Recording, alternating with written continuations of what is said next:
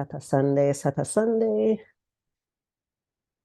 So, the two things that I wanted to talk about out loud. First of all, that rain, right? All right. So I've been awake for like 20 minutes. I still got the morning swell face. But Spirit said, Sata Sunday. And I have class all weekend long. I've shared that I am in seminary school and I have class today from 9:30 to 5. So me and this chocolate rooibos and my favorite mug from my sis Terry, we will figure it out this morning. So I'm just going to take a short time to share two things with you. The first thing, it's actually the last thing I'm going to talk about. So the two things are this spiritual wellness workshop series that my good sis Sabriya is curating. I am one of the people hosting conversation. And the conversation that I'm hosting on April 9th is about how schoolishness is costing us across generations, not just as parents, not just as educators outside of parenting, because all parents are educators, but some educators are not parents. So outside of that realm that has to do with children, there is so much noticing that we can do collectively around the costs of schoolishness. And that has really been important for me. As you may know, season 10 is the last season of Fair of the Free Child podcast. And while I will be transitioning out of the work of Fair of the Free Child, what I will not be transitioning out of, as this lightning goes off, what I won't be transitioning out of is the work of raising free people, because it has always included the self. And as it evolved for me, it includes the selves, the multiple aspects of the selves. And also, as a result of doing the work out loud, I have gotten wisdom and feedback from so many people who are child free, who tell me how the work actually does speak to them and does bring up things that they have been trying to figure out how to say or have been saying. So that's just really powerful. So this work of raising free people, I get to do it in community with people who are not unschoolers, which is fun and exciting, who are not homeschoolers, who might even be child free, but we're talking about schoolishness in the context of all of our relationships, inward and outward. So for this workshop on April 9th, I think at 3 p.m. Eastern, I'll make sure to leave some details in the description box. I will be talking about school wounds and how those affect us across time, across location. Oh, what was that? I'm looking at this window. Across socioeconomic background, all of that.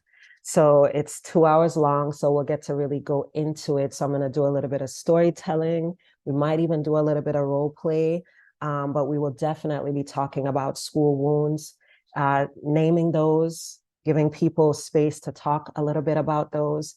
And then I'll be talking about some of the work that I've been doing personally and the work that I get to witness in these communities that I get to either be part of or invited into. I'll also share some of the wisdom about the ways people are mitigating the damage of schoolishness and learning how not to perpetuate it in the generations after them, and also in relationship to the generations before them, before us, how we deal with our elders, how we deal with our former selves, how we deal with other people's former selves, making room for people to evolve and change and learning how to believe in that. So I'll be talking about that, and I'm inviting you to it because it's going to be good. And if you're watching this after April 9th and you're interested in this workshop about how schoolishness impacts our relationships across generations, hit me up because I can host it in different spaces, okay? The second thing that I wanted to touch on is about how death and rebirth are showing up in my life and has been since 2019. when I had my first funeral for myself. I've been to funerals, but this one was by me, for me, for a version of me that really needed to be laid to rest. And I wrote about that as well in detail. And we'll also put that in the description box.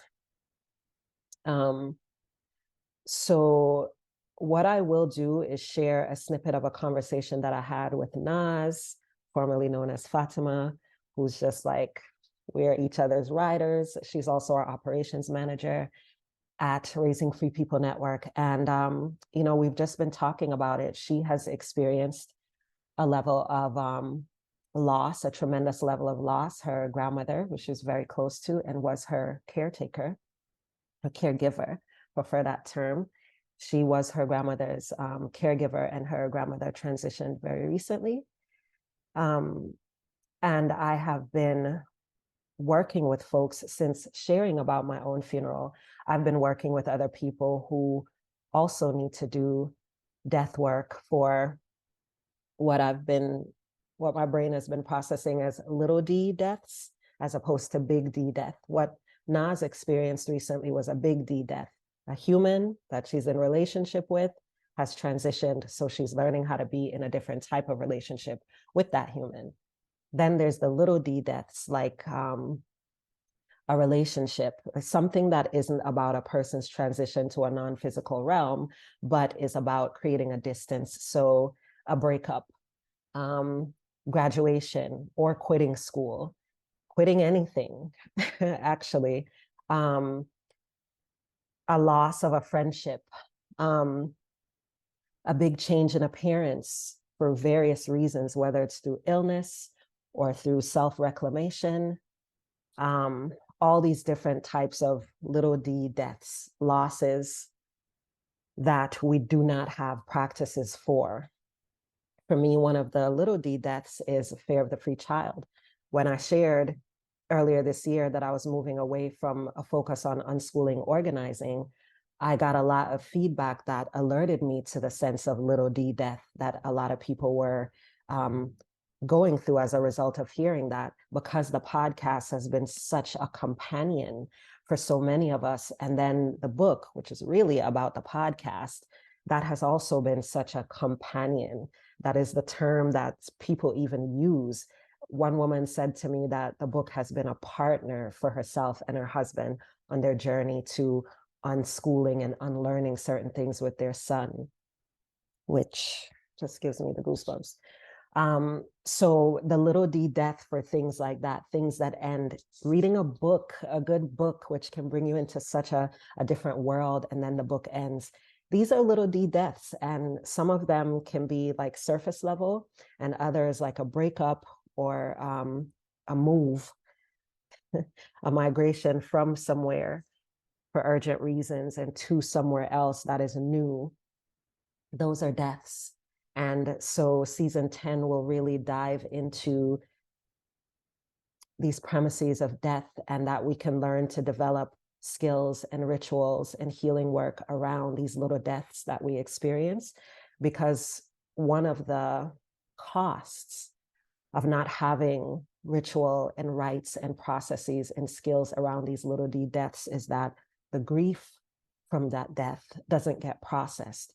And unprocessed pain is, what's the word? Contagious.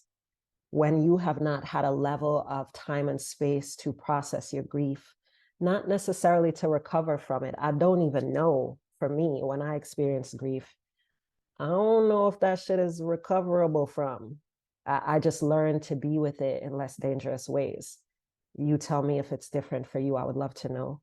But we develop these skills for it, and when we don't, then the pain becomes contagious in really unhealthy ways. It has to come out in different ways, and so we need to control other people, other situations, other outcomes in ways that are not about healthy, because controlling something can be healthy. Controlling a fire, a literal fire, or a proverbial fire can be a healthy thing.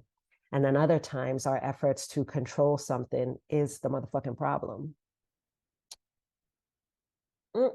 I don't know if you could hear that thunder co-signing. Oh my shit. Oh my God.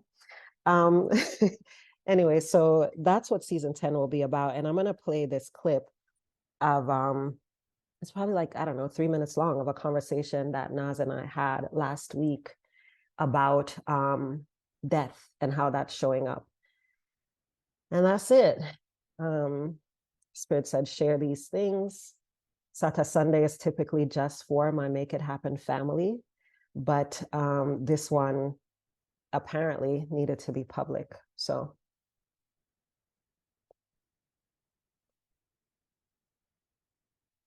if you are a member of my Make It Happen family or a long-time listener, viber with Fear of the Free Child, I love and appreciate you. I have needed your energy in these spaces for so long. And I hope that the exchange has felt fair to you in terms of what I'm offering you and my reflection of what you offer me. I hope that is present, especially if you are watching from the Patreon space, because I've really needed you logistically to make this happen. And I'm going to continue to need you, as I keep saying, because while the podcast element of this work of raising free people is dying off, all the other bits of work that it has evolved into is not.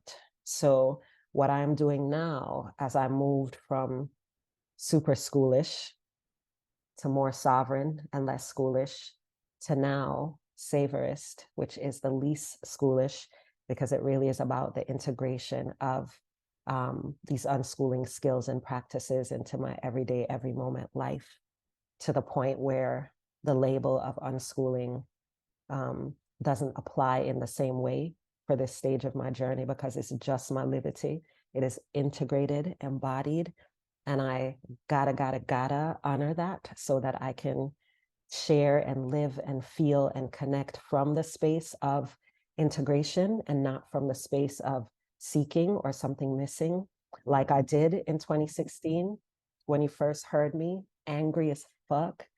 The podcast was the space, the container for my anger. And now the work that I'm doing with Savorism is the space, the container for what my sovereignty has evolved into, and what your support continues to allow me to do with the spaciousness that it needs and the slowness that my life continues to call for. So thank you for being here. If you are a member of the Make It Happen family, if you are not, come over. We do these Sata Sundays often enough. We also have what name is not Throwback Thursdays to sauce, what name, some type of way Thursdays. And so I'm going to be doing those more consistently. Some type of way Thursday is for you, for me to hear what's happening with you. And then Sata Sunday is more so for me to share with you what's happening with me. That's what it has evolved into. So here is the clip. Much appreciated. More soon, and much love. Death is a whole thing right now in a way that I'm still savoring and unearthing different types of death and the life that we get to live when we understand how to honor the million deaths that we experience all the time, and how we can use death in service of life in everyday sort of ways, not just like a retreat or a big death, big D death, little d death. Yeah, so lots of resonance with what you're saying and what you're noticing, and how your grandmother's wisdom, both of them, are living and serving in your life now in ways that they while you so greatly appreciate what they did when you could just call them, I just feel really interested in what happens now when you don't need a phone to be in touch. How else do I honor everything that she still is, or the value of what she was, without cursing that she isn't any longer in that form? Yeah, these feel like the things, that's the work right now. It's deep, and like as you were saying, like big D and little d death. I'm also thinking in relation to trauma-informed healing and assistance. And that again is something also that people think about trauma in terms of the big T trauma, to be suffering from, post-traumatic stress disorders. But every day there's little T traumas that are also either causing little deaths or, making big shifts which are causing bigger deaths. And it's just all so intricately linked and connected.